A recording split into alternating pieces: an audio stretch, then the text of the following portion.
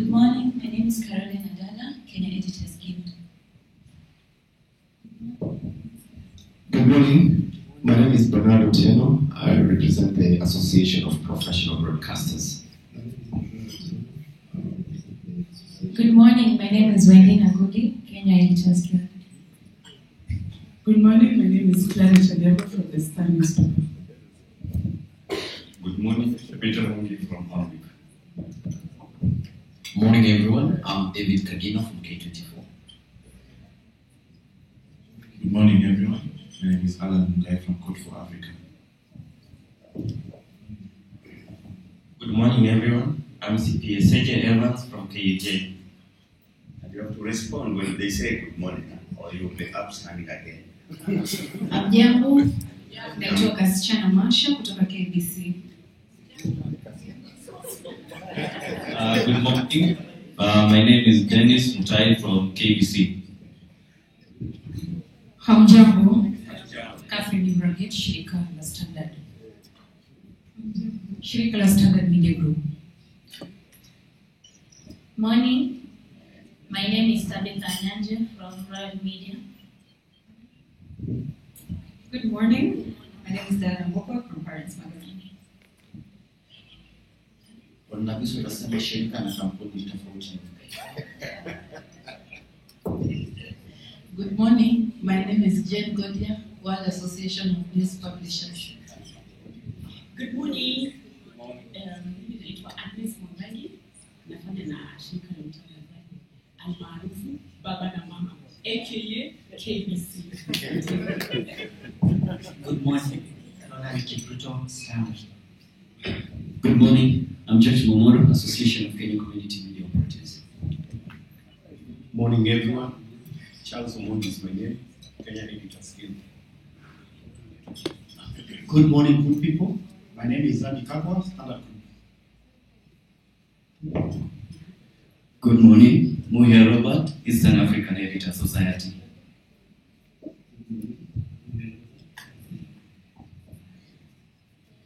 Good morning, everyone. My name is Walter Mena, KUJ. Yeah. Good morning, everyone. My name is Robert Kipto, BBC. Good morning, everyone. My name is Silas Kirau. I am an executive council, labor secretary, Kenya Union of Journalists. Apart from that, I work as a state broadcaster. Thank you. Good morning everyone, my name is Dennis Chisaka, KBC. Morning, everybody. My name is John William, formerly Nation Media Group, currently independent. Thank you.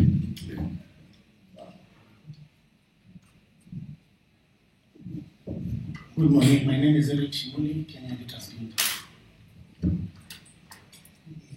Hamjambo. Jambo. Mimi naitwa Paul Nabiswa, mwanachama jukwaa la wahariri nchini Kenya, alafu jina maarufu mkuu wa kitengo.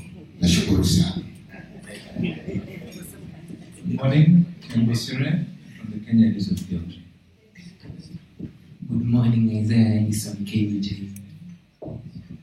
Good morning, Master Tina, independent.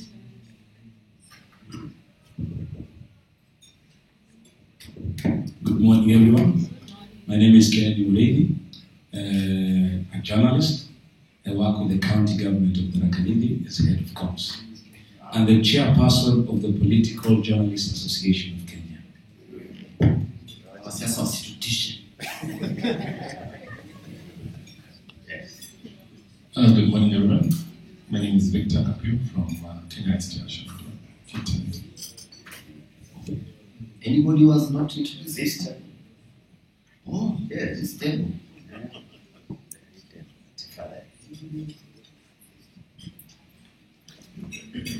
Good morning. My name is Eric Odwar, KUJ.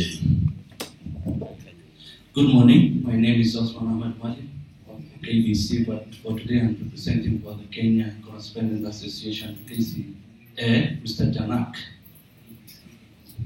Good morning, my name is Caroline Casilla from the Solidarity Center. Good morning friends, George Lotimo, Eastern Africa Editor Society, but also showing up today as a researcher. Thank you. Thank you so much. I think those were quick introductions. We shall know each other at some point during the sessions. And my name is Wanyama Wachibusiri. I'm a assistant journalist and I also teach at Daystar University. I would like us to be upstanding to observe a minute of silence for our 34 colleagues, media journalists and media workers who have died during the Hamas-Palestinian war. Let's be upstanding and observe a minute of silence.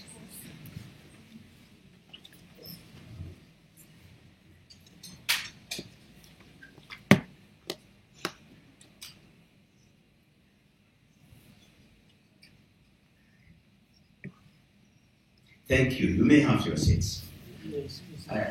Asante sana Wangwana. And we've gathered here together courtesy of the Kenya Media Sector Working Group. And this is an organization that brings together media industry players. Top among them is Kenya Union of Journalists, the Kenya Editors Guild, the Media Council, and many others, AMWIC and many others. And today we are celebrating this day, or rather observing this International Day of End Impunity for crimes against journalists, against the backdrop of our not a very good glossy and good report about Kenyan media industry. In the recent past, we've had reports where journalists have been maimed, they have been assaulted, and I'm hoping that at some point when those our main guests, when they come, we should be in a position at least to dissect that. And today we shall also be launching a report on the impact of disinformation and misinformation and how it affected, how it affects the operations of journalism and democracy. But just try to kick us off to Tanza with the keynote address. And at this juncture, I would like to invite Francis Mredhi from the Kenya Editors Guild to give us a keynote address. Wote tumshangilie akija. Welcome, Francis Mredhi. Yes.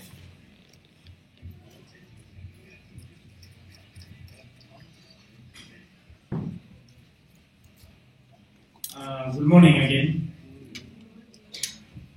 Let me start by introducing myself again. My name is Francis Mredhi. I work for Radio Africa Group as the group digital editor.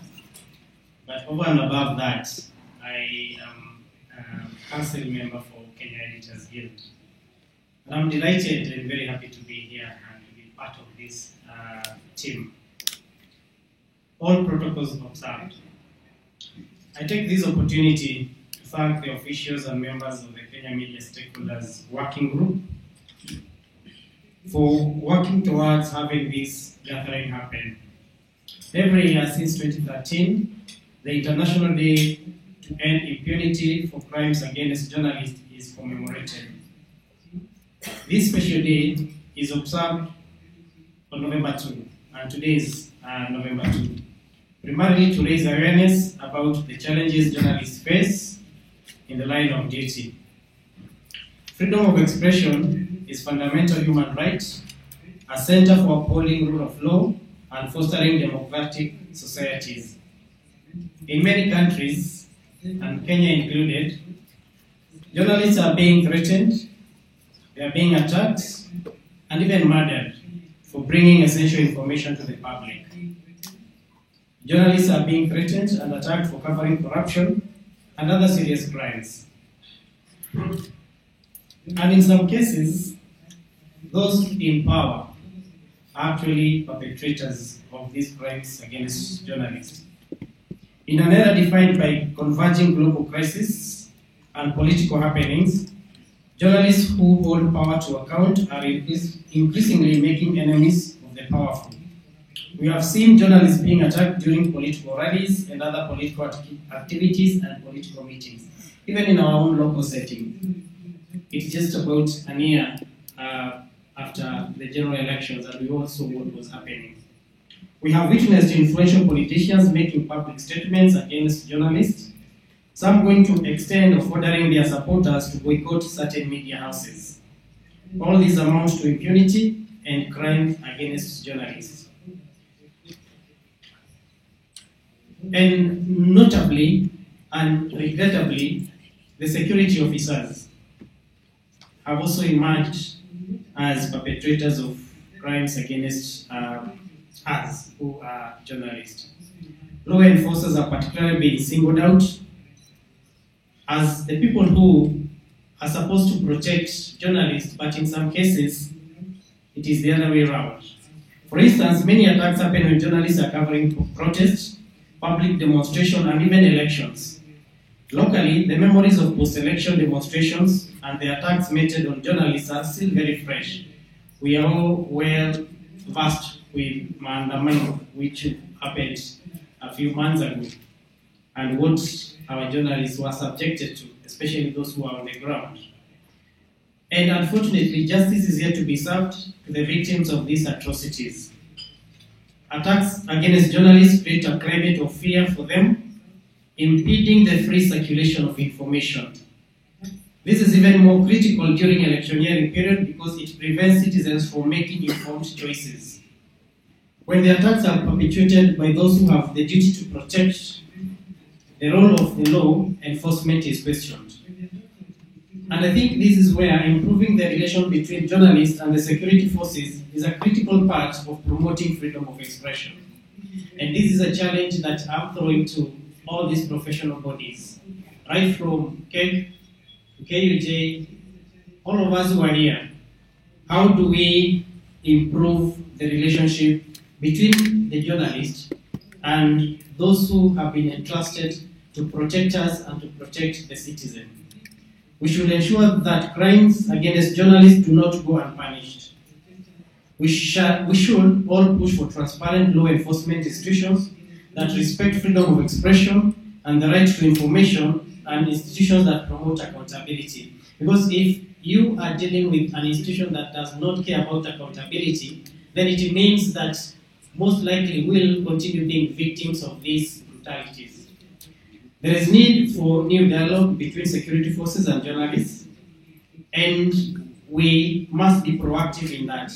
We need to create space where the two sides can understand each other and building a trustworthy relation between the two sides so that they can continue doing their job as permitted or as per the Constitution, but also the media, and as journalists we can also continue executing our mandate as per the law and as per the Constitution. Building bridges between journalists and security forces not only promote freedom of expression, but carves the path for more peaceful and just societies. Allow me to touch one more area, which in my experience, and in my own observation also, it's an area where we really need to be keen on, and that is judiciary. The judiciary is the last institution which has a say on our rights. However, legal threats against journalists designed to stifle unwanted narratives and public debate exist. This is something that we can call weaponization of the law, which has been demonstrated by unjust rulings against journalists and media houses. We have defamation laws, both criminal and civil, that continue to be used all over the world to prevent open debate and shield powerful individuals from legitimate criticism. Honor defamation and insult, provisions that are integrated into cybersecurity, anti-terrorism, or hate speech legislation. There has also been a rise in civil defamation, which has the potential of excessive damages. And this is an area that we as media professionals, we must do a lot collectively to deal with this. It doesn't matter whether it is Media House A or Media House B, we must tackle this collectively. This in turn encourages self-censorship for the automatic publication of an apology to mitigate the risk of a possible lawsuit. We are all well aware about a recent case where a magistrate sentenced a journalist to 6 months in jail over alleged misreporting. the magistrate cited criminal contempt. We have also witnessed cases where the courts order media houses to pay hefty fines for alleged defamation, sometimes over 20 million in just one defamation case. Those who are in newsrooms right now, you will well know that we have a baggage of ongoing cases. And in most, when these cases happen, even if, for instance, even if you are found that you're liable to pay a fine, let's say 20 million, even if you appeal, you must deposit that money with judiciary so that you can appeal. You can see, for instance, 20 million with this struggling economy.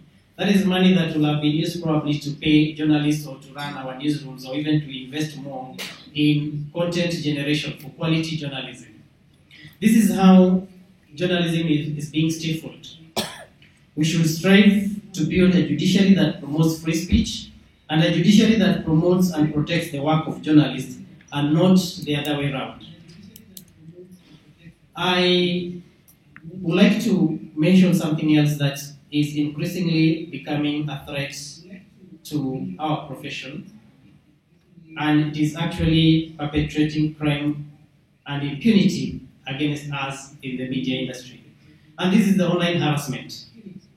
With the advancement of technology, the takeover of digital media and primarily social media, a new threat has emerged for journalists. We have seen journalists being trolled, accounts hacked, fake images or pictures created, all aimed at silencing them. And if you silence a journalist, you have silenced the society. This is the era of digital warfare targeting journalists. Any journalist who has been trolled, harassed, or otherwise attacked online knows how frightening the experience can be and how isolated one can feel as a result of this. And women journalists face a greater threat of online harassment as they do their job. These range from virtually sexy attacks or inappropriate sexual barbs. These are attacks that target women based on their gender or sexuality. We must push for laws and concrete legal actions to tame this new form of harassment. And newsroom needs to invest resources in supporting journalists who are facing harassment. And finally, the last thing that we really need to look at if we have to protect journalists and ensure that crime is not perpetrated amongst them is the issue of media sustainability. Journalists and news media industry as a whole face unprecedented threats in the changing information environment, driven mostly by economic repression. Media independence is waning, and we are in an era of media capture that is being fueled by the financial challenges that media houses are facing. This is where governments or centers of power use the financial carrot to advance their own interests at the expense of a free press. With falling revenues and fewer experienced journalists in newsrooms, we'll increasingly see what is described as news deserts or declining quality of journalism. And due to these financial challenges facing media houses, we have seen right to earn for many journalists being violated with impunity. We have seen where journalists are even staying for months without a pay, and all these associated to financial constraints the media houses are facing. This is a crime against journalists. For this to be addressed, we need to collectively think and come up with new strategies to finance quality journalism. We need to collectively push for strategies that can promote media sustainability. And as I end my remarks, I wish to point out that public awareness on the link between the work of journalists and democracy is very critical. If society understands the relationship between the work of journalists and democracy, the situation will improve step by step. We need to work together as a team, right from the state, the non-state actors, and all of us to fight impunity and crimes against journalists. Thank you very much. That's not enough. A round of applause for Francis. That's a powerful speech, and you take home that the judiciary has to play a key role in protecting journalists. And the only way to do it is even to hold to account that particular judiciary. Secondly, another take home from Francis' address is that we just have to remain collectively together as the media if we must protect ourselves. Take, for example, how often do we even defend our own rights? food for thought. And lastly, I like the newsroom desert analogy. That is very much key. Food for thought. So thank you so much. The Kenyan Union of Journalists, they are hosting us today, and it plays a key role in as far as the welfare and protection of the professional journalism is concerned. And KUJ has been at the forefront, especially in agitating for the economic rights of journalists. And it's only fair that we get it from the horse's mouth. Can we put our hearts together for Eric Oduor, the Secretary General for Kenya Union of Journalists? Welcome, Secretary.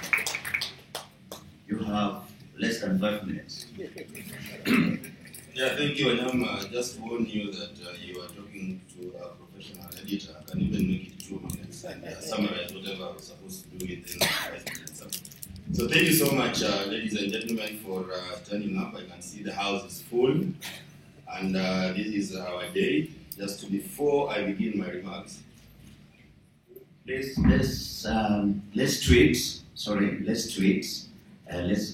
tweet this meeting, and we're using the hashtag End Impunity KE. And let's tweet. Sorry.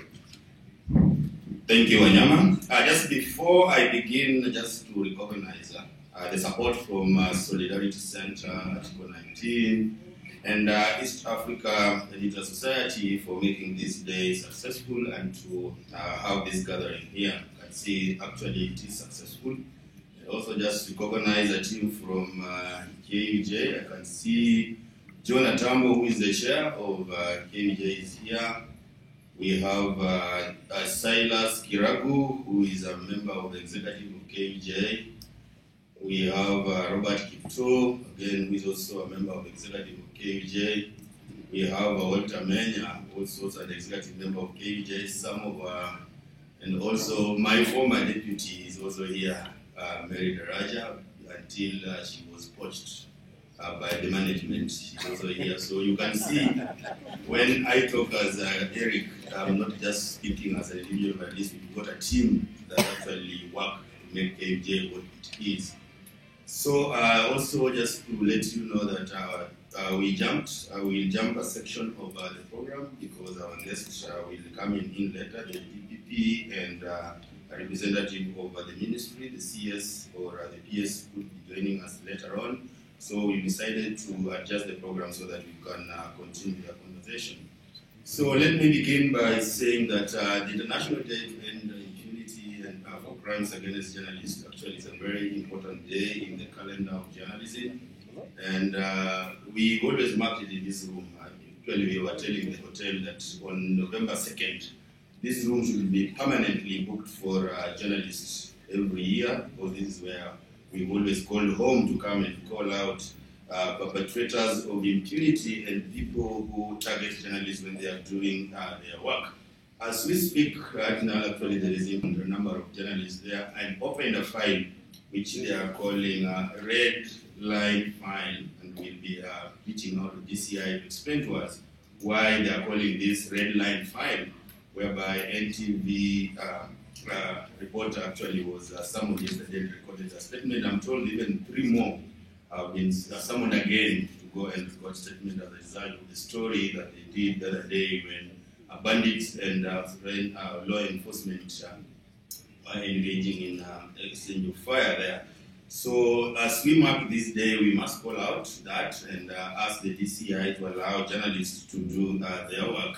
Because this year we've seen unprecedented attacks on journalists, actually targeting journalists. Before, we used to see attacks, but not at the level we've seen this year, especially during the protests against high cost of life. You remember early this year, we saw police officers targeting journalists and even lobbing tear gas canisters inside the vehicles where journalists were working from. Because a newsroom should not just be seen to be a physical office where we go and work. But even if we decide that we convert this place as a workplace, it will be called a newsroom, and targeting journalists when they are working, actually that is unacceptable, and we must call out the Kenya Kwanza government for that, because last year, if you look at the World Press Freedom ranking, last year we were ranked at position 69. This year we are ranked at position 161. That tells you that even this next year, when Reporters Without Borders will be releasing their World Press Freedom Index, we are not going to do well because of the incidents that we saw early this year, and we continue to see happening. Like yesterday again, during our discussions in our WhatsApp group, there's a journalist in Bungoma whose house was petrol bombed. So you can imagine if now we are even going to the extent of attacking journalists inside their homes. So who is safe? And if we have a society where the media is intimidated, we have a society where the media cannot do its work to hold those who are holding these positions of privilege to account, then we don't have a society. Even the government will not have a society to govern if we continue to attack journalists and make the media very weak. If you remember, those of you who study history and journalists, when a philosopher, Irish philosopher Edmund Burke, was addressing a British Parliament where the term Fourth Estate came from, he looked at the house, he looked at the gallery where the public was sitting, he looked at the gallery where the diplomats were sitting. Those of you who are familiar with Parliament, those galleries, the other side you see the diplomats sit there, the religious community sit in one of the gallery, and there's public gallery. Then he raised his head and he said, there is the Fourth Estate. And he was saying that there can be no democracy. A society cannot grow if we do not have the Fourth Estate. So however much we try to discredit, however much the government and law enforcement team may want to intimidate journalists, one word I have for them is that even them, as the law enforcers, they may not have a society to watch over. So all of us, you attack the media, you destroy the media, all of us will sink. Nobody will remain, including even the government. If the media is not there to play the role of a watchdog, even the government may not have the people to govern. So we must tell them that as much as it may be exciting to them to attack journalists, they must also know that if things go wrong, everybody will suffer, including those who are in power, because the society is destroyed. Look at what is happening in other countries. Look at what is happening, for example, our neighbors here, Somalia, that has been struggling to put in the government for years when their government collapsed. And when the society collapses like that, everybody suffers. It's not journalists alone, but all of us suffer. So it is the responsibility of all duty bearers, as the UN Plan of Action for Safety Journalists stipulates, that we have duty bearers to have to protect, prevent, and to prosecute.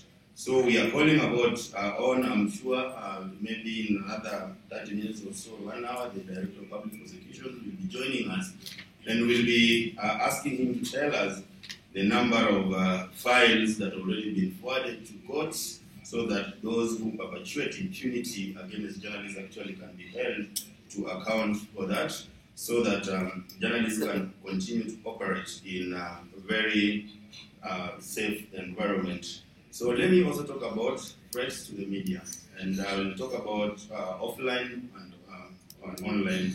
My friend and colleague Muredi has mentioned that nowadays people are targeting journalists online, where journalists are trolled and all manner of things are said about journalists.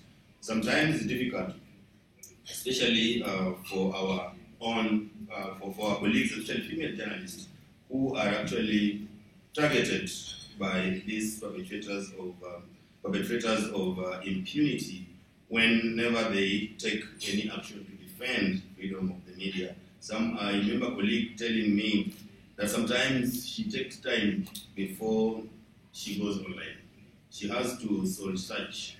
Should I open my Twitter account today to see what is going on, or I just forget about it, because of the attacks that are actually targeted towards her whenever she is reading news or hosting some shows on TV. And that tells you that if we start doing that, then that means that we are having a society that is collapsing, because if someone cannot go online because of fear of harassment and intimidation online, then that is not acceptable. Let me also talk about now the offline, which are actually the physical ones. We've seen a number of cases again, like I've just mentioned about a journalist in Bungoma whose house was petrol bombed yesterday. That is unacceptable because we are trying to stop journalists from doing their job. Being a journalist is not a criminal offense, but we exist for the common good of the society. It's a society that is free from corruption, a society that observes rule of law, a society that gives everybody a chance, and a society that ensures there's a justice and everybody is allowed to pursue any opportunity that is available. So we must call out the people who are trying to intimidate journalists through such attacks. So then the last one, which I want to talk about, because that is also at the center of what we want to discuss, is about targeting the reputation of media houses through information disorder, which is misinformation, disinformation, and malinformation, because again, that is where now everybody is targeting, and we know that journalists thrive as a result of the content that we create in newsrooms. The other day I said that that is the principle and that is the cornerstone of the media. If we do not have the content, then the journalism we are talking about may not exist. And now the content again is now facing threat from misinformation and disinformation, and these are the people who even nowadays even design a newspaper with a lot of information that is misleading, so that again our reputation can be attacked. And because that is the principle of journalism, is about the content that we create. And that is the reason why when we were looking at what do we do this year, and we decided to carry out a research on the impact of misinformation and disinformation, so that we can also have a conversation around this. Largely, as a union, we usually try to, as much as possible, to concentrate on bread and butter. But now at the center of this bread and butter, if we do not have journalism, if we do not have content, we may also not have it to attack our vehicles whenever we are out there. Now they are going now to the soul of journalism, which is content, through misinformation and disinformation, so that they discredit us, what we do. And if that happens, then there's a problem.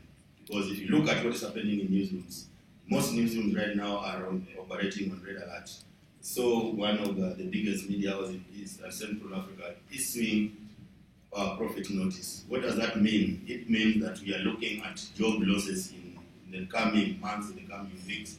We know that the oldest media house in Kenya and in the region is also struggling. Again, we're expecting to see some job losses there. And if this is happening, it means that we may not have the media to talk about. So that's why we decided to probably deviate a bit with the support of Solidarity Center to look at the fresh attack that is now going for the heart and soul of journalism, which is the content, through misinformation and disinformation. And we have recommendations there that if all of us join hands and see how we can protect the heart and soul of media, which is content, then we'll have journalism to talk about next year when we meet here. Ladies and gentlemen, thank you so much for listening to me, and I hope that we'll have fruitful deliberations here after this. Thank you. It's not enough for an whole Secretary General. Now, tell your neighbor, do something to protect the journalist. No. Just speak loudly. Do something to protect the journalist. Thank you so much. Let me tell you one thing, that one impact of these threats to the media that is happening, especially to some of us who are trying to coach and train and teach journalism in learning institutions.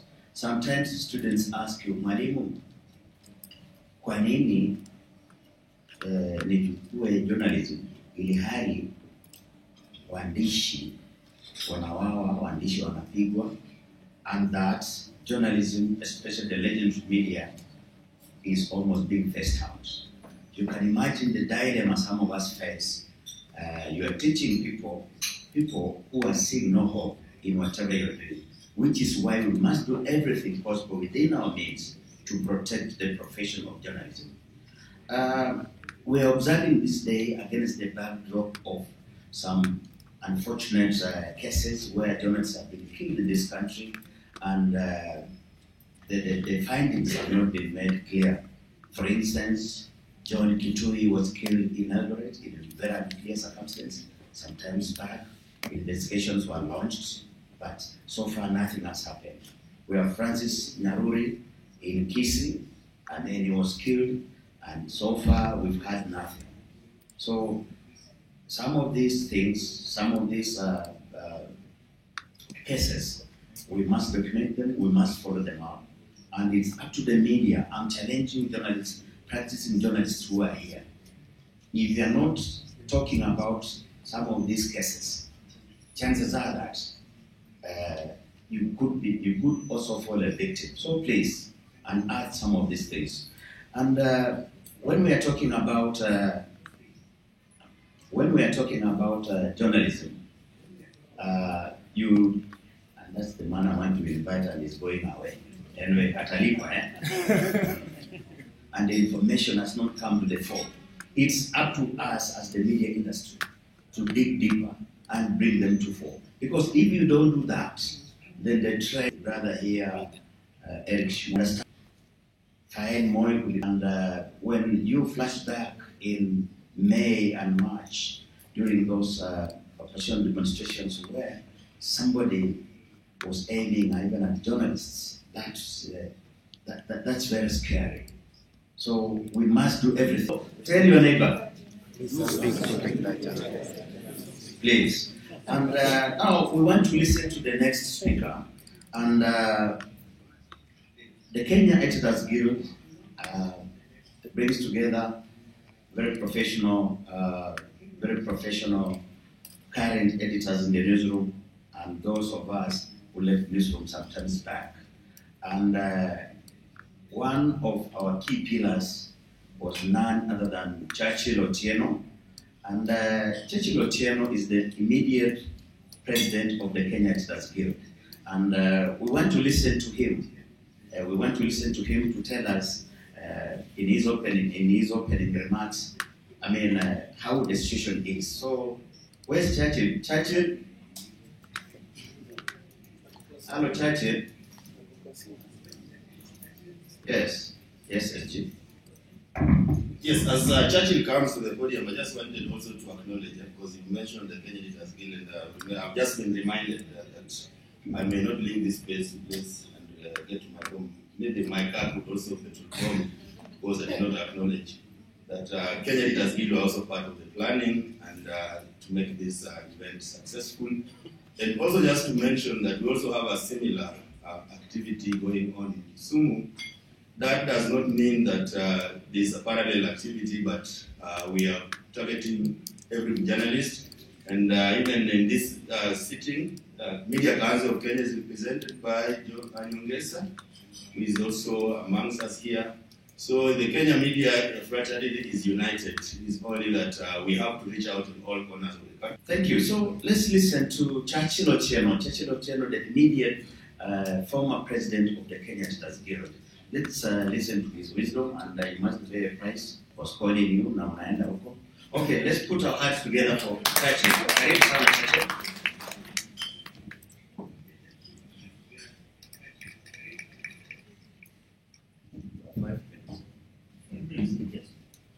Are you serious? Pay your price.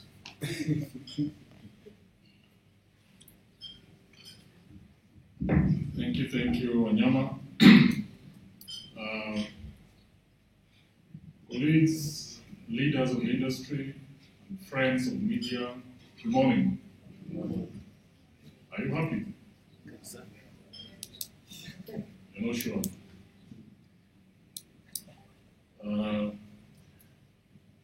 I stand before you today wearing a different hat.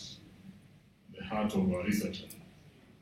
And I've been asked to come and share the findings of a study I was recently requested to undertake by the Kenya Union of Journalists using support from Solidarity. And we did embark on this work in August. We collected data, we've been able to process that data, analyze it, and we have some insights that we can take out of that study.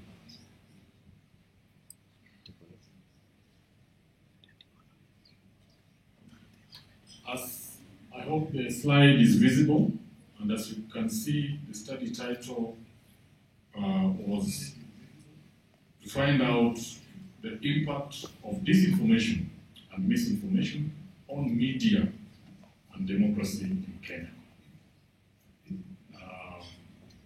Certain assumptions are made there, and I'll go into them shortly.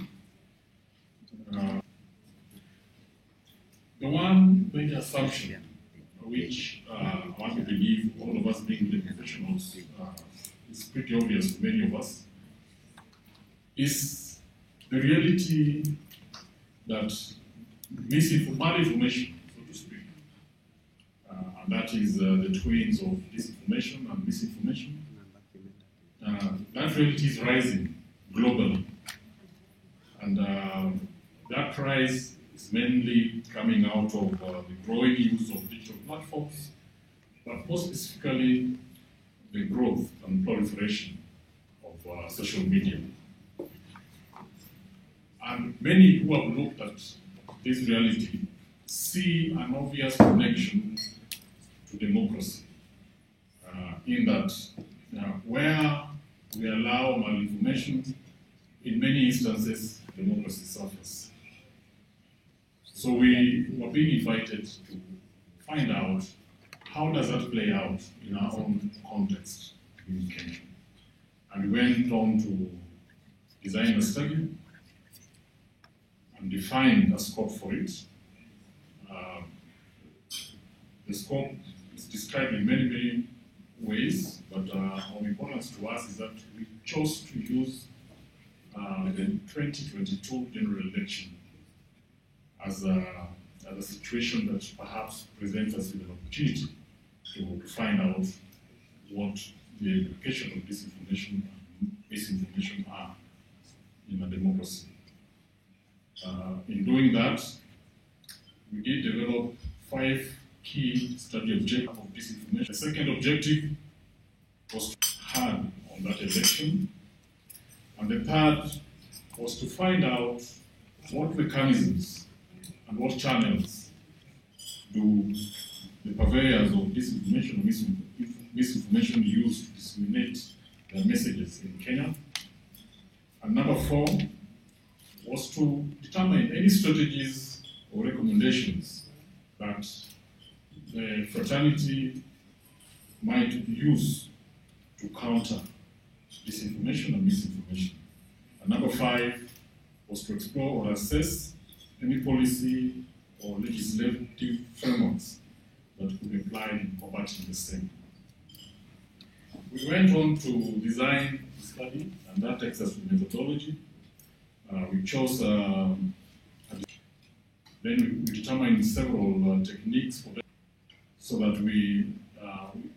what that allows us to do is to identify people who by net have in many ways a front seat to see how information plays out in such a situation, because we thought they have useful information. And we did determine various categories of individuals who we thought had that kind of front seat: development workers, electoral observers, politicians, and even some CSOs. We also, for practical reasons, chose to do this in Nairobi, given that the time we had to go all over Kenya, but also that a lot of electoral decisions, electoral happenings in our country happen in Nairobi. So we thought that having a deep dive into Nairobi should give us a fairly accurate sense of of that reality. When we looked at our sampling frame, using that structure, we were able to come up with a sample size of 181 respondents. So we did send out 181 questionnaires, which gave us a response rate of 60%. And those who do this kind of work say that 6% is an okay interval. And we went out to the field on August 3rd to 16 and collected both quantitative and qualitative data. And we were able to then come back and analyze those using descriptive statistics and thematic analysis. So what did that then give us? And the first set of findings, I'm sure the main report will be shared so that we get these findings in detail, but just to take out some big, broad brushes from what we found out. In terms of prevalence of disinformation and misinformation in the last election, this cohort did tell us that at least 75% of them felt that the spread was very high, and about 20% felt it was just moderate, and only 5.6% thought it was low. That gives us a sense. But in terms of the nature of disinformation, we find that that cohort felt that elections provide the biggest opportunity for disinformation to happen. Was told differently, but it seems that it's during elections that malinformation takes a center stage, so to speak. 44.4% of them felt that way. Another 28.7% felt they saw more of this during health pandemics, like recently we had the coronavirus. Then 17.6% linked it more with the security situations, for instance, during terrorism attacks. 9.3% said they didn't know. So given that nearly half saw elections as the opportunity that the purveyors of malinformation use more, we did try to break that down some more. And when we saw that even within the electoral cycle, the malinformation plays differently during different situations. A lot of it happens in the campaign period prior to the election day. Then it goes down during voting, but then it rises a little bit when the results starts getting transmitted. And then not so much during the district resolution phase of that election. What is important here to note is that the more the political contest gets heated, it seems, the more these purveyors find reason to also get busy. When you go to the next slide, you look at the impact this has had on the media, the mechanisms that the purveyors use, and we also explore some countermeasures. When you look at the impact, looking at that table, we see that of all the factors that we had disaggregated and presented with the result and the land extent, when you put that together, you find that the two last factors sort of take a center stage. That these respondents felt that the media's role as a watchdog is increasingly getting diluted by the presence of disinformation and misinformation going to the same audiences that the media serves. And that the more this reality exists, the more the public tend to think that sometimes the media is being used for propaganda ends. And that, of course, has implications for public trust of media. When it comes to mechanisms, we look at which sort of channels tend, in which sort of channels we tend to find more of this disinformation. And this cohort felt that a lot of the disinformation is happening on social media. 54.8% of them felt that way. This was then followed by radio at 19.3%, then TV at 8.3%, and print media at 3.7%. Word of mouth coming at 13.9%. So in terms, that perhaps might guide any interventions, but I also need to caution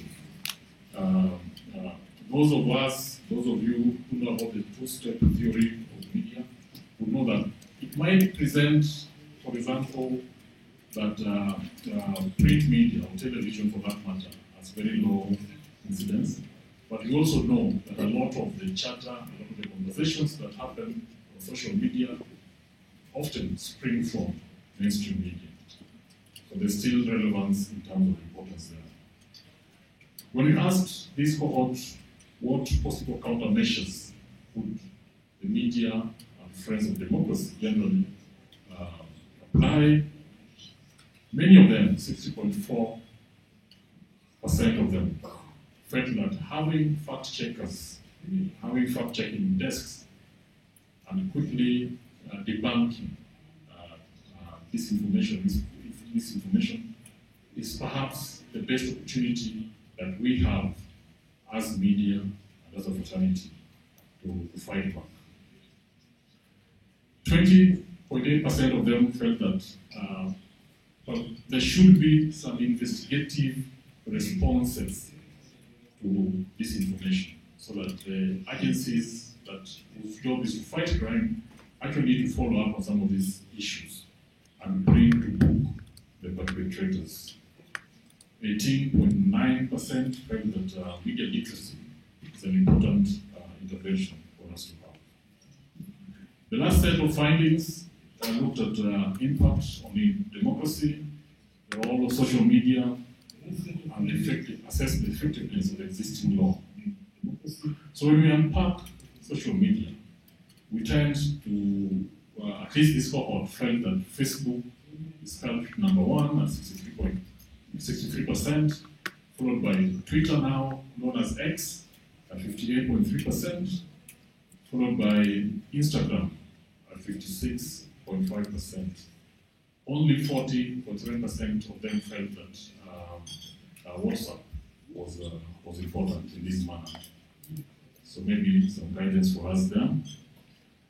When it comes to the impacts, we've tried to summarize that on the table, and we find that, for instance, IEBC and its officials often fall victim of this problem, and of course that one would extend to see that ultimately has an implication on the result and the outcome of the elections as they were.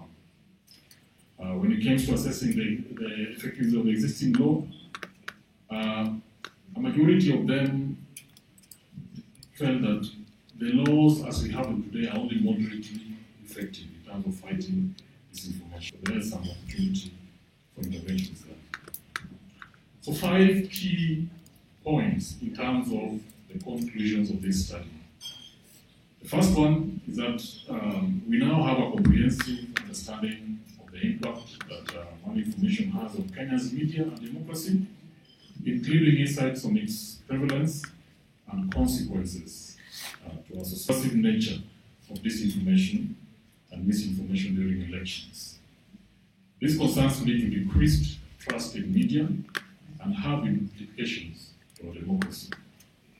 Number 3, election stakeholders are able to discern, we see from these findings, that organized efforts to manipulate public opinion and real-world consequences, such as attacks on journalists, and eroded trust in mainstream media. So there is a concrete problem for us to deal with them.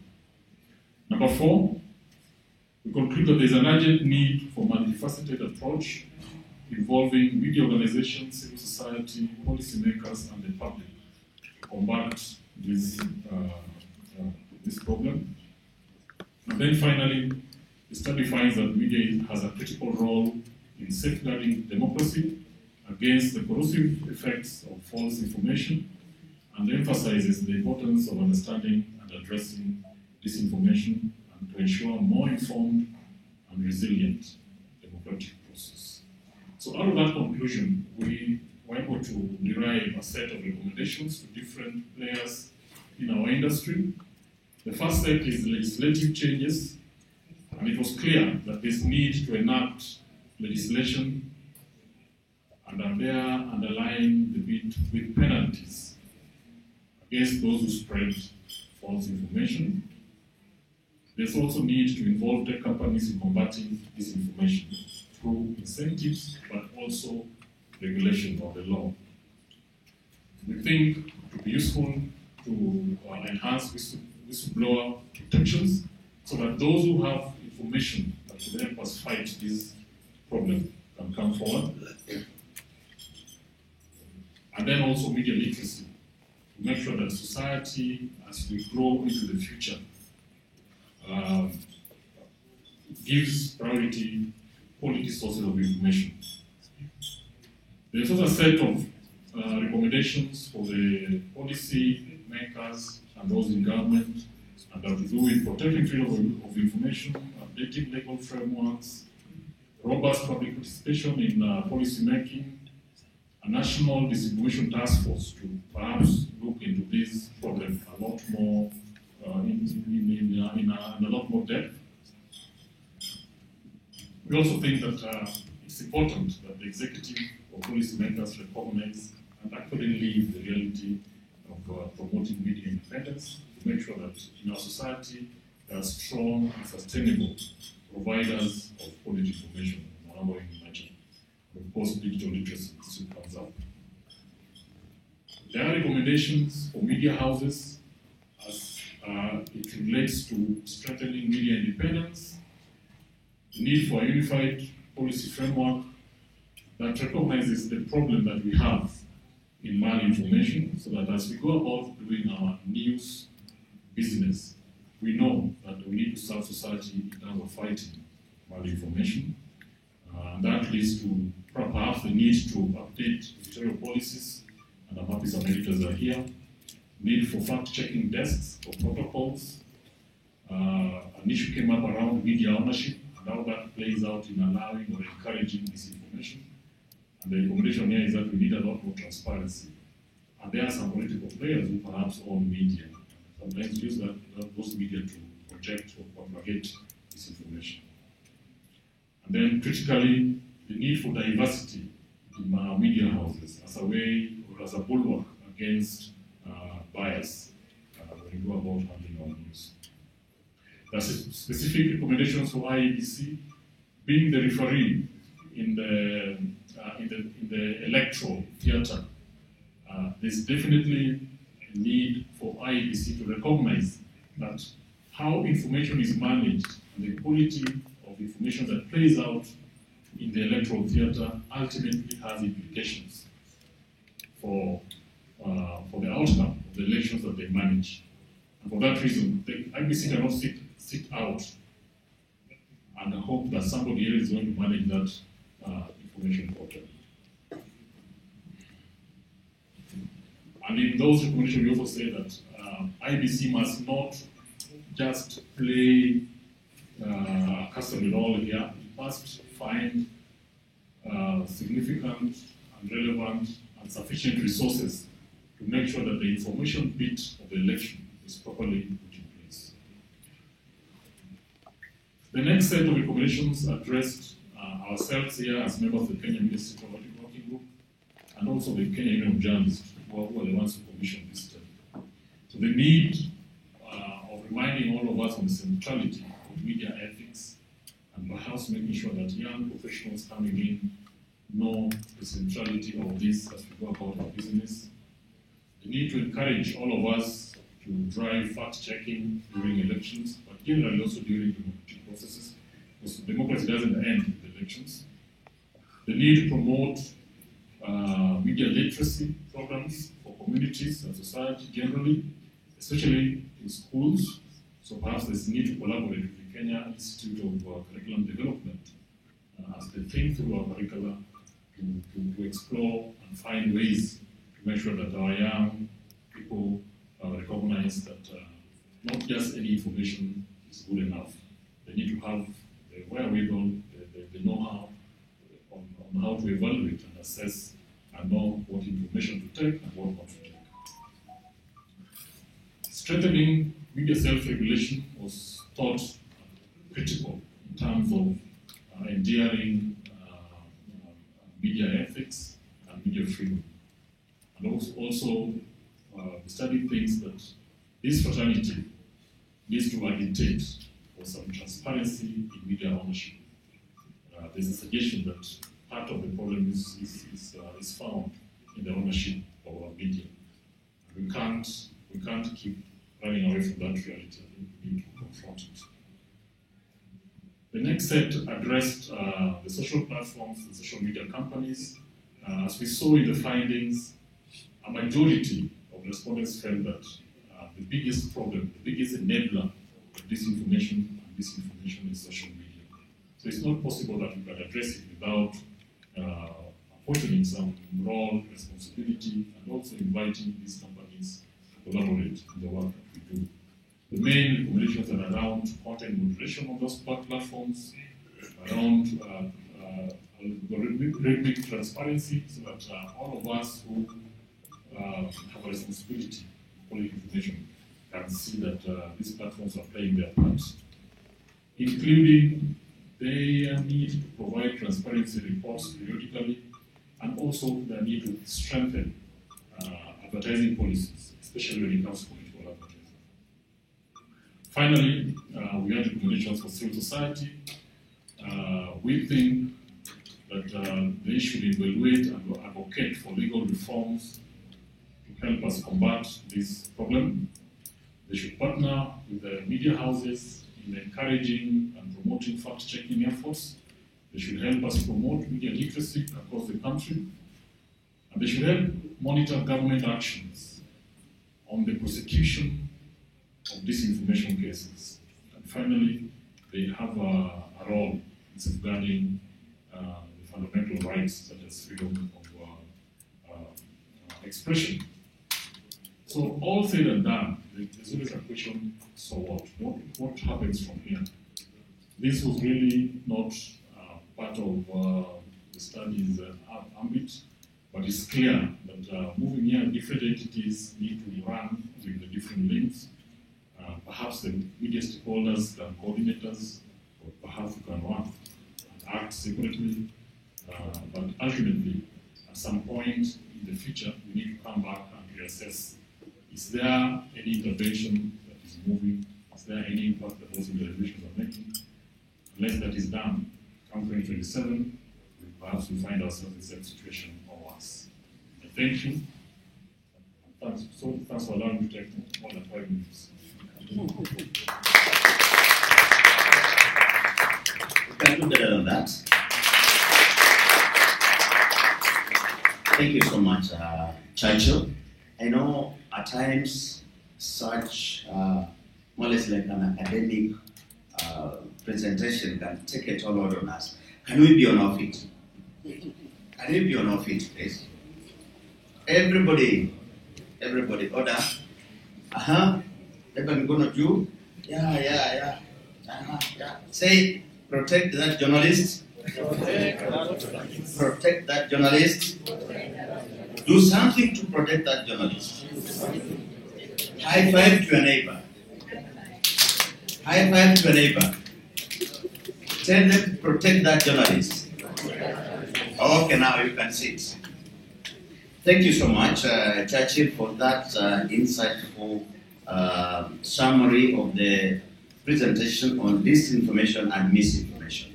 It's real, and it's taking a toll on the operations and performance of the media. I know very soon we shall devolve into it. We shall have a panel. But before that, I want to recognize our colleagues and our partners from the European Union. Please, could you just stand up and wave to us from the European Union? Wow. A round of applause for her. And then we also want to recognize colleagues from South Sudan, human rights defenders who have just joined us. Please just be upstanding so that we can welcome you officially. Yeah, colleagues from South Sudan. Thank you so much. The media, the civil society plays a key role in as far as media operations and protection of the press freedom is concerned. And at this juncture, I would like to welcome Caroline Hasina from Solidarity Center. This is an organization that mainly protects the rights of workers. So let's put our hands together for Caroline.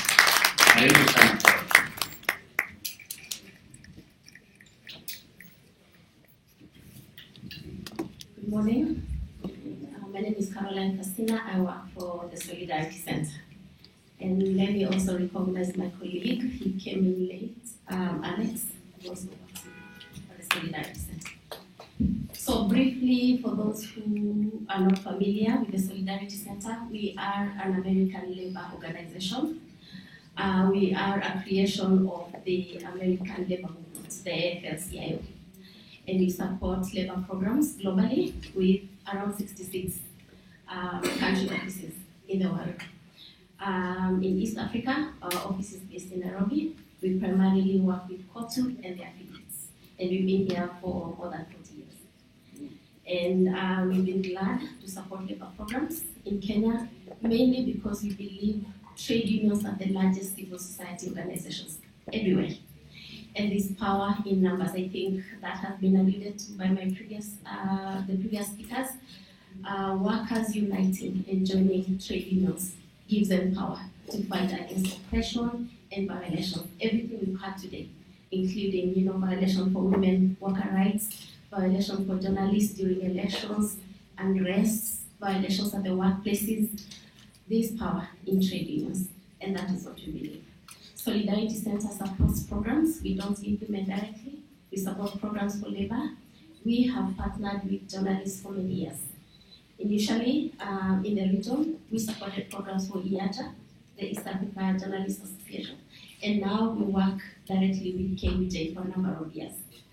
With KUJ, we support programs like what we just seen today, the research on disinformation. And I think we all agree social media has been a game changer in this area of disinformation. We saw it during elections last year. We continue to see it today. You sleep, and when you wake up tomorrow morning, there's a lot of information. 90% of it probably will be untrue. And the question is, from a worker's perspective, what can trade unions do? Because, for example, you're a journalist, but you work as us. So what is your role to counter disinformation from your spaces where you are, from the work you do? Because we know what the effects of disinformation will be. It could lead to unrest. It could lead to more increased violations for workers. So that's a primary area that Solidarity Center primarily funds unions in the media sector to undertake. The other area that we support, and we've had the previous speakers talk about this, is supporting litigation for workers. Supporting unions file labor violation cases in courts. We see workers every now and then either losing their jobs because they've reported on something that is they reported on someone, DBH, while they're doing their job. We saw last year how many female journalists were harassed. Part of it is to empower journalists to fight for their own rights. We see violations for women workers generally, either at our workplaces, even within the unions that we have for their own rights. Fight for better pay. Do you report on it? So we hope that in the spaces where you are, as you do your work and as you report, you will also focus on issues that affect women journalists specifically. So Solidarity Center is happy and glad to partner with KUJ to support you, as workers as you continue to do your work, and to make sure that you access increased protections as you do your work as workers. That is our primary role as Solidarity Center here. And thank you so much for inviting us. And let me say just before, and Katibu has walked away, just before, Katibu here, I sit down. So I joined the labor world a long time ago. And the person who really introduced me to this world is here today. And I'm glad to see him after almost 20 years, Brother George Memorial. And we worked. And I'm glad to see you, I think after almost 20 years or something. And this is what we love. And we hope to continue supporting journalist programs in Kenya and in the region, because I know you have your Kenya frameworks through KUJ, but there are other frameworks through IFJ in a broader perspective. So thank you very much, and thank you, Brother Eric, for inviting us today.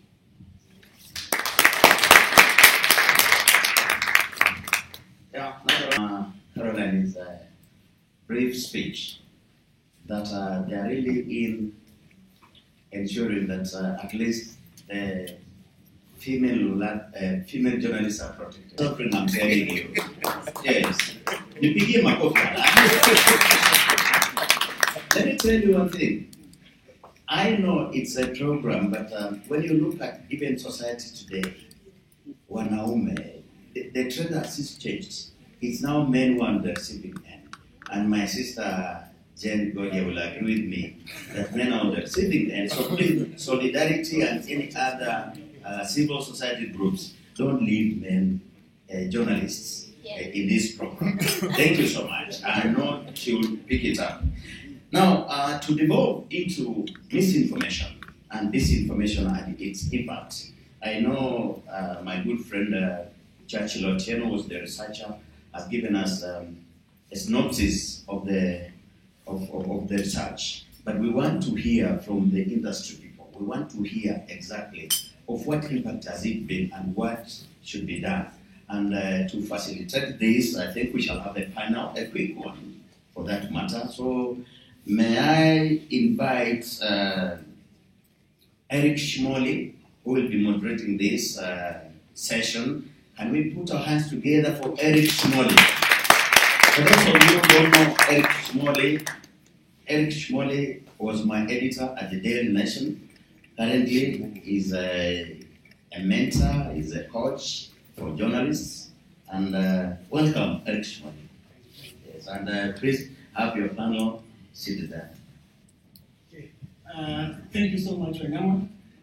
Just so that we don't feel we here for ourselves, there's been so much gloom. Journalism is not that bad. In fact, I joined journalism because I wanted to cover also, and I was not disappointed. I was in Sierra Leone, I was in Somalia, I was in Rwanda. So that adrenaline drive is what drives us there. You look at Christian Amanpour, you look at Liz Doucette, right now and you want to be there, isn't it? And it's dangerous. So please don't feel we're here for ourselves. It's still a nice thing. And Churchill, thank you so much. That was brilliant of you. The research I read a bit of it, and it's quite something. But what we expect from Churchill? I mean, so the panel will discuss unraveling the web of deceit, misinformation, and their impacts on media integrity and democratic processes in Kenya. I'm told Ochenga Puro was supposed to be one of us as an emergency and therefore will not be there, but Ken Osire will represent him. So Ken, please.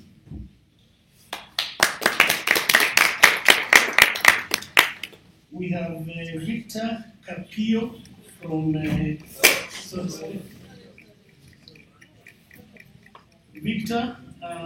Victor is here. Yes. Karibu sana. Victor is from Kiktanet. He'll tell us what that is. Rosaline Obala from the Nation Media Group.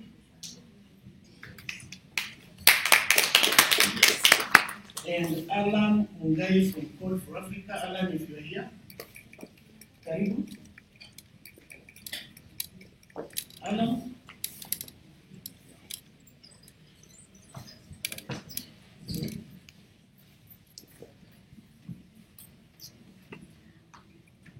Well, I'm told Alan is starting with a presentation. But just before that, You know, words can be used and we all think that we're on the same page. I'd just like us to define words. And one of the first word that I want us to understand so that we are on the same space is disinformation. Disinformation is, and I'm taking the dictionary meaning, ordinary dictionary meaning, is false information which is intended to mislead, especially propaganda issued by a government, organization to a rival power to the media. And here the media is broadly defined. Actually, if you are three of you and you are exchanging views, those views are now defined as media. So organizations can also be political parties, because the thrust of our debate today is from a political party context. So we have to be very clear. If you saw during the King's visit to State House, how many of us saw that guy looking through the window? How many of us saw that? From the reaction, I think all of us saw it. No, so that is the end of my information that we are talking about. This information which is deliberately intended to deceive. Now, in the lead up to the election, and I'm sorry if I'm preempting the panel, I saw a masthead of the nation and Taifa, similar to what the nation has. With technology now, it's easy to come up with those, saying that Otuoma had withdrawn from the race in Busia, and it circulated in Busia. You can imagine the harm that was intended to cause. So that is disinformation. And then Churchill used a word that is not in the name, which is malinformation. Malinformation is truth used to inflict harm on a person, organization, or country. Those of us who live in Nairobi, Governor Sakaja and his university degree. And the time that information was released, it was not true. It was true. So sometimes true information can be used, but because of the timing is to harm, but it's true. So those are the definitions. I wanted us in the room to be on the same page before we, so that when we handle this, we know what we're talking about.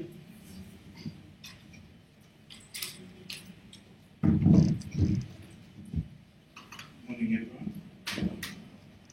So, my name is Alan Ndai. I work for an organization called Code for Africa. So, like Churchill, I have come here as a researcher. A few months ago, Code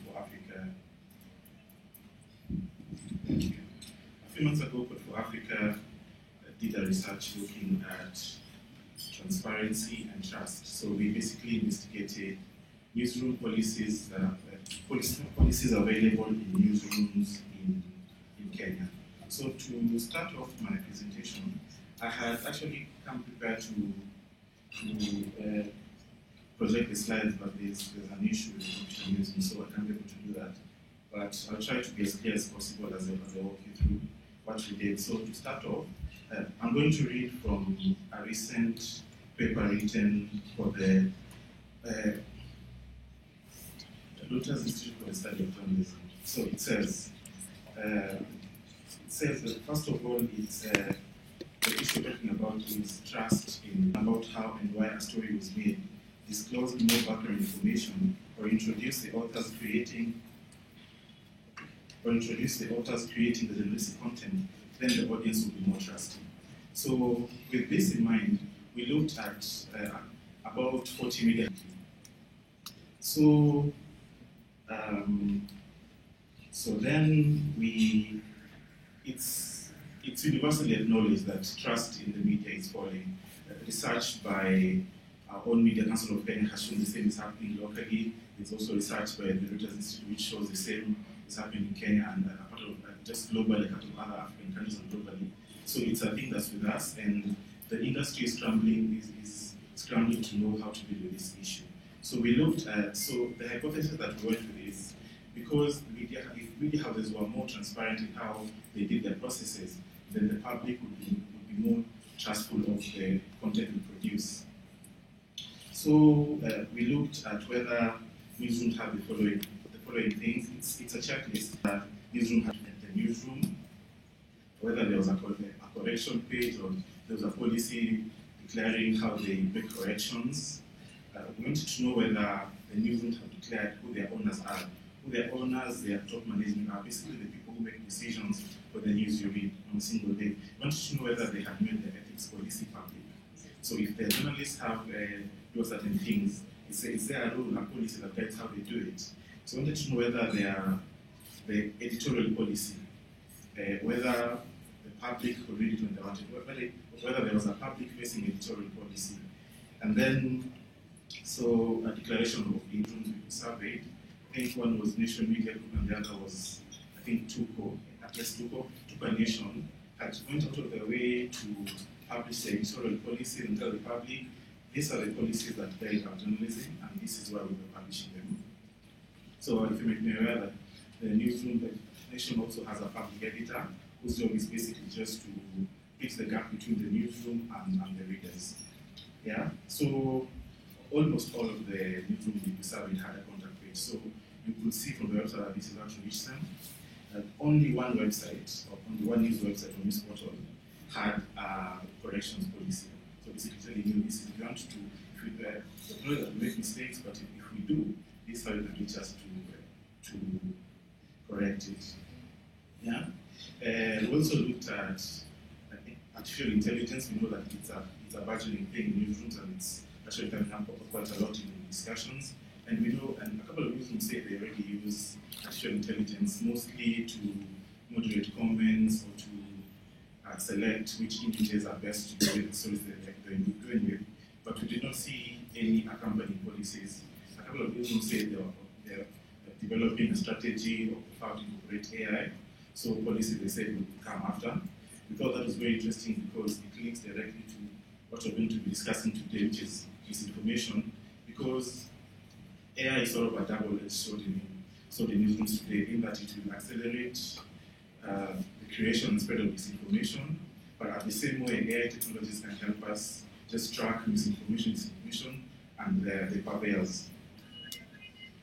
Yeah, so majority of the respondents found that there are media policies, although there are media policies, the newsrooms are not aware of them. The public just assume that journalists do journalism at their own discretion. So very few editors actually thought that the public were aware of how they're writing the story, how they're doing the stories, and why they're doing them. And this was found very interesting, especially when we asked whether the newsroom had fact-checking policies, because we saw that a lot of the attacks coming at the media were because of how they did certain reporting. Maybe they fact-check a certain individual.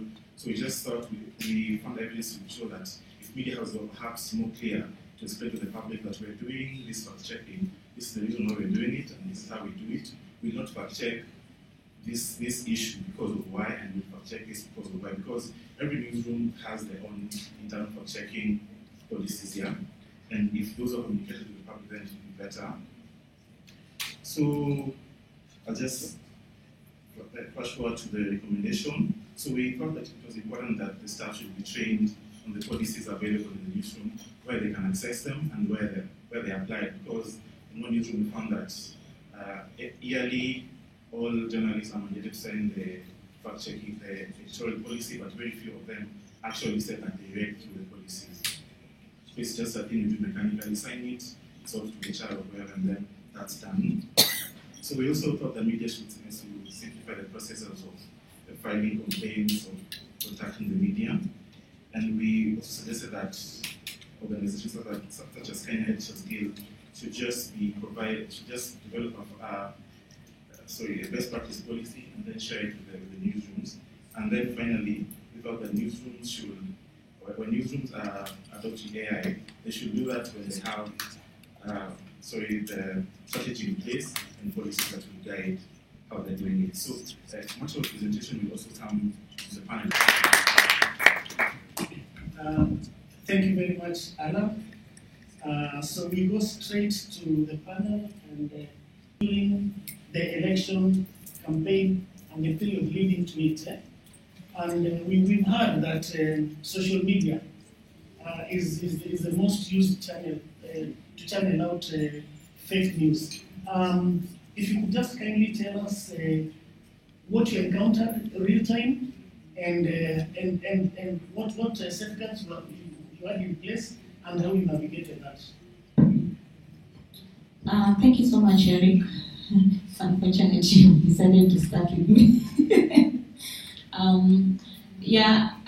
I think I've been part of the elections for quite some time. I was there in 2017 and also in 2022.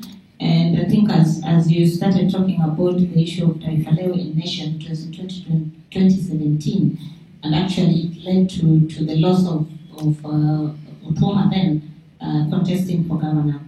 But I think this is something that has been going on, and it's a new norm that we have to accept that it's part and parcel of media now. That the social media aspect of it, because of the citizen journalist, and we talk about everybody being a journalist based on how many people follow you, you are able to actually post information. For us in the newsroom, and especially the legacy media, the media houses are putting in place the fact check. We always say that when you get the information, try and check the website where it is coming from, or the sites, the social media sites, are they verified? And go forward and even call the person to be able to verify the information you get.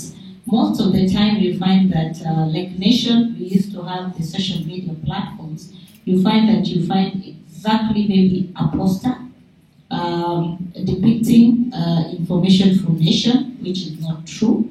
So for us at Nation, what we do is that we stamp it fake, but we make it blur, so that the initial information that was posted, nobody is able to read it, but we have posted fake, so that we don't allow people to continue sharing the same information.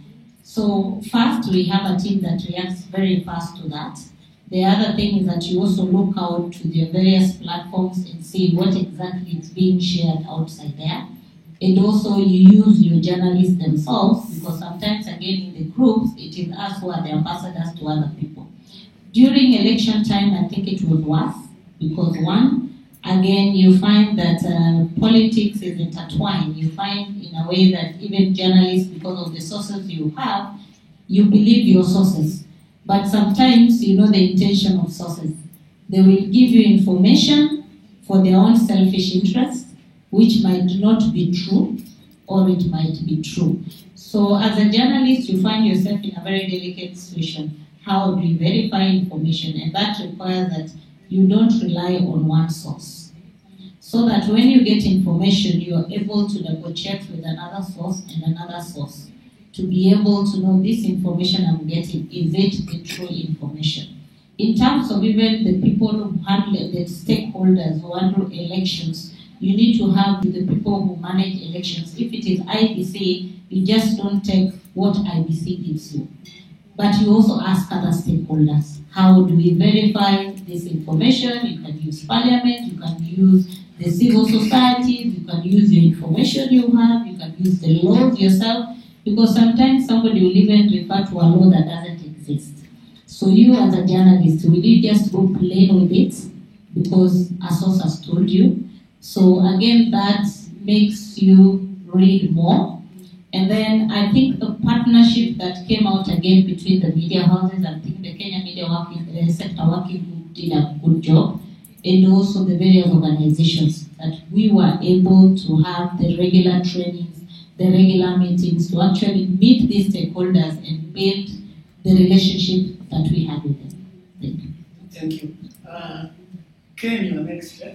As somebody who has been there and had a bird's eye view of things, managing content generation through various platforms, and with the cutthroat competition that is the Kenyan media, and with fake news coming from social media quickly, and you want to catch up with them. You want to beat them with your social media feeds, and also find its way into radio, TV, and the print the following day. How do you navigate that with the cutthroat competition that is the Kenyan media? Okay, thanks, Eric. And interesting is that, first of all, I want to appreciate that study by Churchill. Churchill brought out very, very salient points, and that speaks very, very closely to what disinformation, misinformation, and malinformation.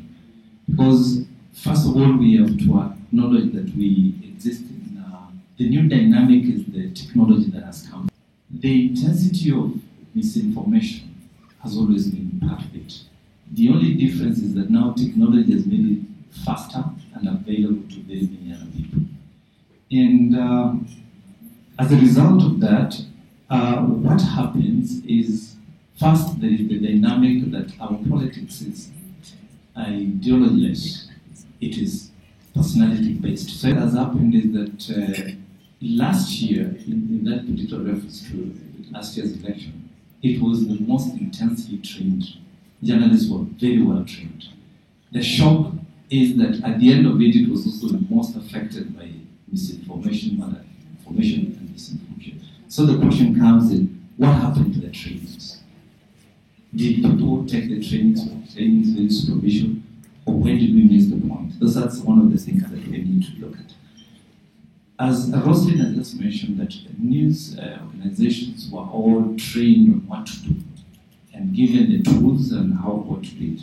But one thing that we have to recognize is that the new dynamic, the competition that we are looking at social media and other aspects that make misinformation and malinformation and disinformation a real challenge to us is the fact that we now have to deal with the fact that do we even have the capacity in the newsrooms? That is one of the things. We are in an environment where we have the most degraded kind of newsrooms, and we are trying to catch up. So that in itself has not worked very well. Two, there's also the element that the age-old phenomenon of school died. So that little minute to wait and verify information was very, very important, because you have to give it right. The other third dynamic that came through, what Ross alluded to, is now we have what we call audience fast. Everybody is a journalist, collecting information, and they have the tools of dissemination, collection, and replication is real. So who do you stop? On the positive point, the free flow of information is part of that democracy that we want to see. People need to know. But that is the point where those people who want to manipulate information and content move in to try and change things. And the other fourth dynamic that I want to mention that was really different in the last election was, for the first time, politicians and the parties were able to employ our own media professionals, people who know how the newsrooms operate. So there was at some point what appeared like civil war between the guys who are out and the guys who are in. So that competition, who gets it fast, so it was easy. People with knowledge to manipulate the ecosystem. And these are the things, but one thing that I know that if you stepped a little back and trained your people well and equip them and set up the desks, that's what you do. And what you do, and then at a personal level, there is that one element of integrity. Do you, the person you sent out? There's something that came up in 2017 that I remember, the debate about how we used to embed journalists so that they have knowledge about certain ecosystems. At some point, we were saying, when do they transit from being embedded to being embedded journalists? So that became an issue of personal integrity and the ecosystem. But what I would say that there is more information, but how to handle that hygiene, and that hygiene of that information, that means that we have to be deliberate in the way we do, use the tools that are available, use the knowledge, and do what is right. And nobody is copying anybody. We all have that information, and you trust that we are saying, if your institution is trusted, people still come to you. Because even social media, after people read social media, they still go back to the legacy media and say, what the legacy media say, because the legacy media is actually the verifier of everybody. They read it, but they want to verify that that information is true. Thank you. Thanks. Victor, you are in the ICT sector, and we've seen the evolution of the information communication technology is moving faster than even government and regulatory authorities are able to catch up. If you could just give us the Kenyan situation first of all, and from our topic today, give us some insights what would have happened, what would have done. Thank you. A couple of things. People have been lying from time immemorial. It's part of society. It's part of culture. And I think in Kenya we have excelled at it, because to address this info from someone, perhaps we might find it useful for our purposes. So Alexander Solzhenitsyn, he said, we know that they are lying. They know that they are lying. They even know that we know that they are lying. We also know that they know we know they are lying too. They of course know that we are certainly that we certainly know that they know we know they are lying too as well. But they are still lying. In our country, the lie has become not just a moral category, but the pillar industry of this country. I think I can stop there. But anyway, we have tried to legislate to try and deal with lying, but we can't force people to tell the truth. Kenya developed the Computer Misuse and Cyber Crimes Law in 2018, which punishes the publication of false information and also the making of false publications. Before that, we had the Kenya Information and Communication Act, which had the controversial Section 29, which talked about the misuse of telecommunication devices. Fortunately, that law that provision was declared unconstitutional. And of course, it was used to target journalists, and so we also seen similar trends. We have our defamation laws, which of course protect people spreading wrong information that attack or affect the character of a person or lowers their reputation in the eyes of right-thinking members of society. So in terms of frameworks, we also have the media laws, which regulate the journalists and also require, we have the standards of the code of conduct, which puts standards around ethical practice and professional integrity of media professionals. So in terms of legal framework, we do have a robust legal framework, which to some extent remains problematic, especially the computer misuse law, in the sense of the very punitive way that it attempts to deal with people who spread information, especially because the implementation of the law is not always to address the disinformation practice, but usually to punish people who are critical of government. And we did see this, especially during the COVID-19 pandemic, when people were exposing information about the pandemic, and these laws were used against them. So I think regulation is there, but there's problems in terms of its implementation and enforcement. But I think more importantly, we need to address the root causes of disinformation in Kenya.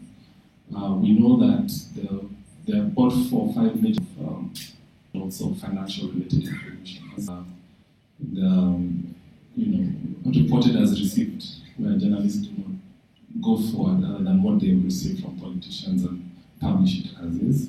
We also see a lot of the he say, she say kind of reporting where, President Ruto said, and that in our country, the biggest conveyors or the biggest industry of disinformation is in the political space.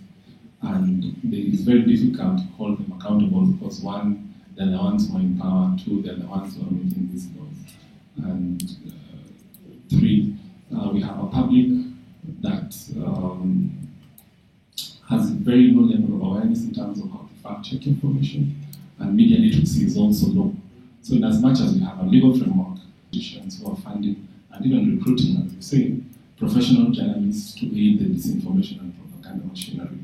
And it's difficult to hold them accountable because the oversight bodies that perhaps could deal with them, one, are not aware that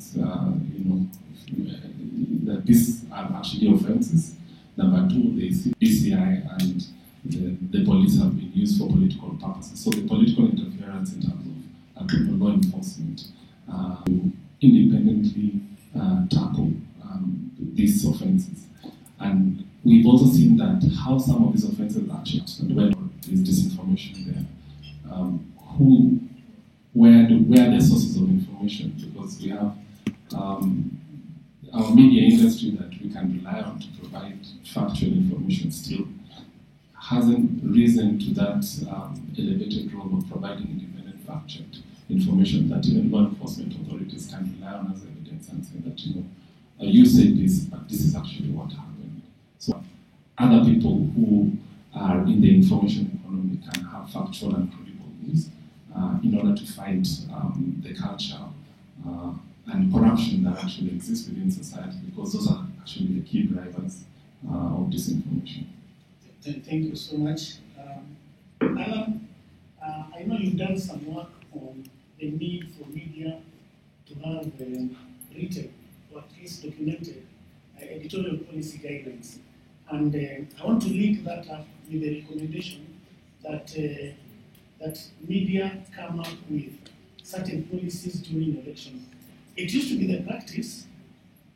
Last year, I'm not sure I saw, maybe I missed something, but I'm not sure, because the media used to publish a sort of a pact with our audiences that will not allow this kind of content, will throw out this kind of advertising if it doesn't meet our standards and all that. Now, given the diverse nature of Kenyan media ownership, speak to that, and in view of the need for media to have written editorial policy guidelines to shape coverage, especially of contested spaces like elections.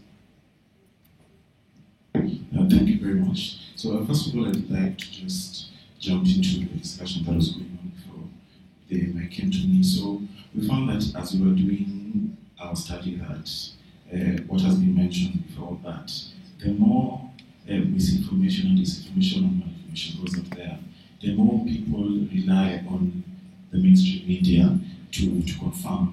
Because Kenya has a very robust mainstream media. It could be dominated by a few players, but there's still the trust level in Kenyan media is still higher compared to the rest of the world. So as much as we've seen a rise of misinformation, people always go back to the mainstream media to confirm that indeed what they're reading on their WhatsApp or what they're seeing on their Twitter or X now or on Facebook is indeed actually true. So if we had robust fact-checking desks in newsrooms, then I think we'd be way ahead in combating misinformation and disinformation. Yeah. So now I'll also want to add something that was said by the previous speaker, and I'll just try to expand it a bit to. He spoke about media literacy, and in one of the forums such as this we had before, the need for media literacy was also stressed upon, which speaks to what our study was based on, that if the public had more information of how how journalism was done, then they'd actually be more empathetic when mistakes are made, or they'd understand how a certain conclusion or a certain decision was made in the newsroom. So Kenya, and this now goes to an aspect to the internet penetration. Kenya has one of the highest internet penetration rates in Africa, and also that also follows with the mobile phone use, so the smartphones. And you see, these two things came together very quickly. So even the Nyanya Ukoko Kijiji, who may not necessarily have and this was spoken to before, the ability to discern what's fake from what's real, now suddenly has access to social media, and they can see all this information coming to them, and they don't necessarily have the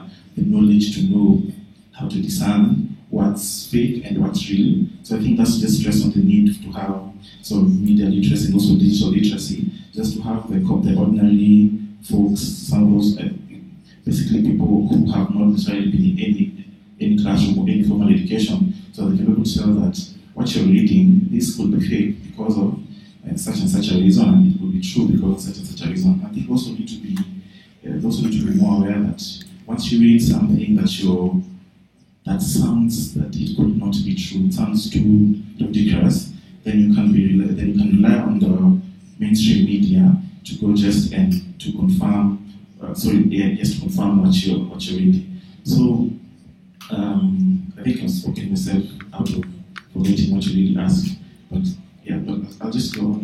So when we were doing our study, we looked at some of the terms that are commonly used to rubbish the media. I think you might know how President Uhuru used to say gazeti za kufunga nyama, and then there was the term githeri media. So we looked at how the term githeri media was used across social media for a number of years, and we especially targeted when the campaigns in Kenya started to when they ended, I think to around October, and you saw that there was a spike in the references of the term githeri media on Facebook and on Twitter. And once we identified the instances which led to these spikes, we found that politicians were really at the center of it. Most of it started with politicians that then went to organically, or maybe not organically, not share to the ordinary users like you and me. But then when we went further to look at what really made this politician say, ignore this githeri media, or this is just typical githeri media behavior, we found that there were sometimes innocent mistakes. Maybe something was not really verified to the degree that it was supposed to be verified, so they got one detail wrong. And this one detail on an otherwise very factual story ends up just being the basis for an entire investigative reporting or a very informative news piece being dismissed. So I guess now, to close what I'm trying to say is, just going back to the point that we might have policies that say, this is how we do our fact checking. For every story that goes out, you have to talk to person A, who give you an independent analysis, but you still need to know that the facts of the story are correct. Because if you just get one detail wrong, you end up maybe just a story that was meant to be very informative ends up being just one of the reasons why media gets attacked, and which now then goes back to the day we're celebrating today. Thank you.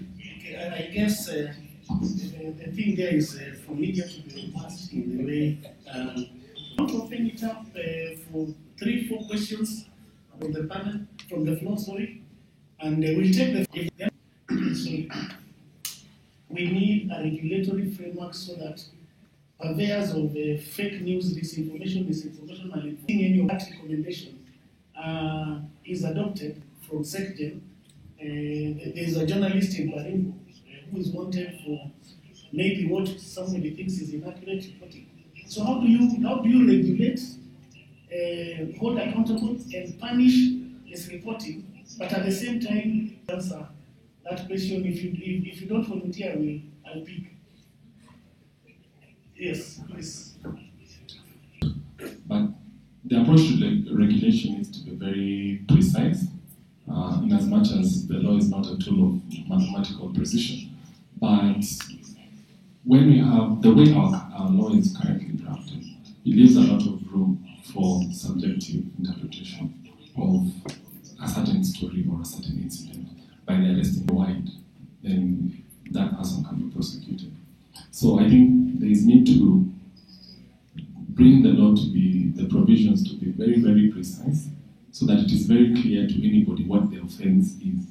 Because if the offense is not clear or it leaves room for interpretation, then it means that itashika waliokuwemo na wasiokuwemo. Secondly is to work on the professional standards and self-regulation.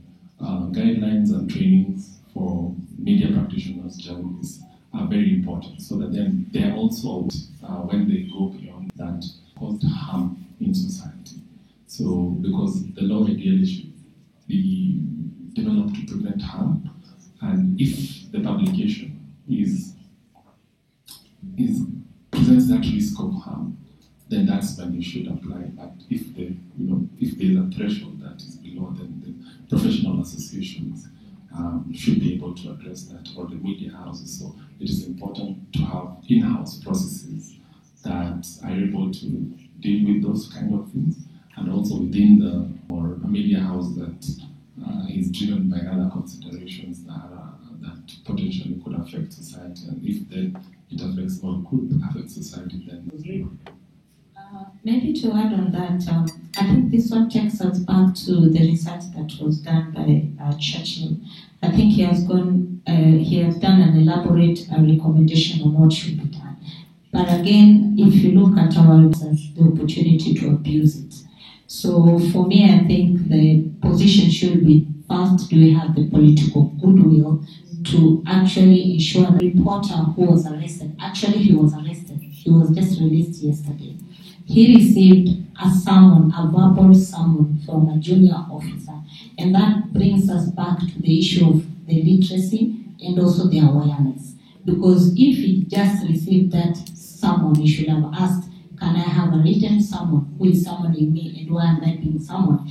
The reason is that he had covered the bandit attack that happened in Baringo, and unfortunately the journalists were aware of the incident before the police. So the police was happening on TV before they were on the scene. So you see again that is abuse of office. Because if the journalist was aware of their rights, then they should have not even heeded to the summons. Maybe now that is where now the media house will have stepped in. But bringing me back again is the issue of self-regulation.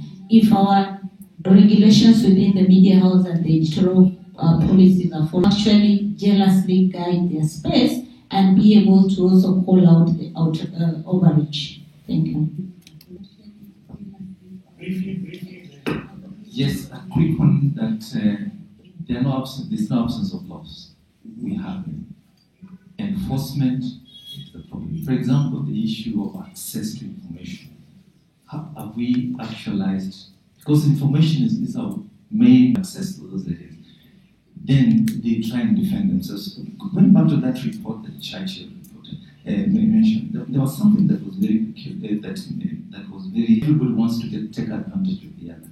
But the other two areas, that health and security, it speaks to ourselves about further training, because are we doing our economic rights? Our legal system, is the government willing to work the work and the trust? How do I do an in-depth story? Speaks to integrity again. Am I tooled enough? So all those things, they have an interlink with managing our own ecosystem. You know that a fact can never stand on its head. If you're right, you know what is right, you stand by that fact. And like Rose has been saying, the rights are. Thank you. Thanks.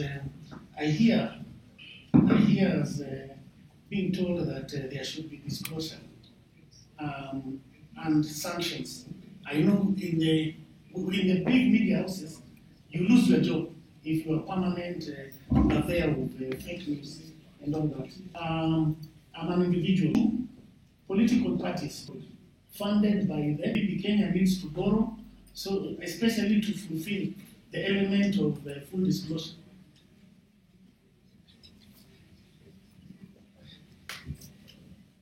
I think it should with advertisers' event or advertisers' content. Also in the paper, you're supposed to disclose. But there are those that we don't disclose, and I think that is where we find ourselves in the answer. Yeah. I think I'd like to agree with Rosie on that point, because if you look at the policy that exists in those newsrooms, the newsrooms have, if they don't, that's when it's content, you're going to run the story. And for an editor, that's a very tricky position to be in, because it's technically you're being told, do this, which you know should not be done because it's against the regulation, or your job is on the line. So sometimes just having disclosure, the owners of the. So yeah. Thank you so much. I think I'm almost losing my job. So thank you, Ken. Thank you, Victor. Thank you, Rosalie. And thank you, Anna. A big hand for them. I think they've been. And with that, I'm officially sacked. Thank you, Anna, on that panel. I've been carrying out what we call action research. It's like we are not concentrating on these things. That's why, Eric, people could not ask questions. I'm just walking around and everybody else is just on his or her phone. Tafadhali, nawaomba. No, you cannot do it for the 1 hour, right? It can't be true. Anyway, thank you so much, and I know right now tumekaa sana na tukiendelea kukaa sana si vizuri. So I want us to go for they call it a health break. I don't think. No, we're just discussion, and let's be very active. And can I nominate Mheshimiwa Paul Nabiso Nabi, our timekeeper? Strictly 15 minutes. 15 minutes. Let's go for a cup of tea and coffee. Okay, 15 minutes. Sawa sawa. Nabi, naomba uwe timekeeper wetu.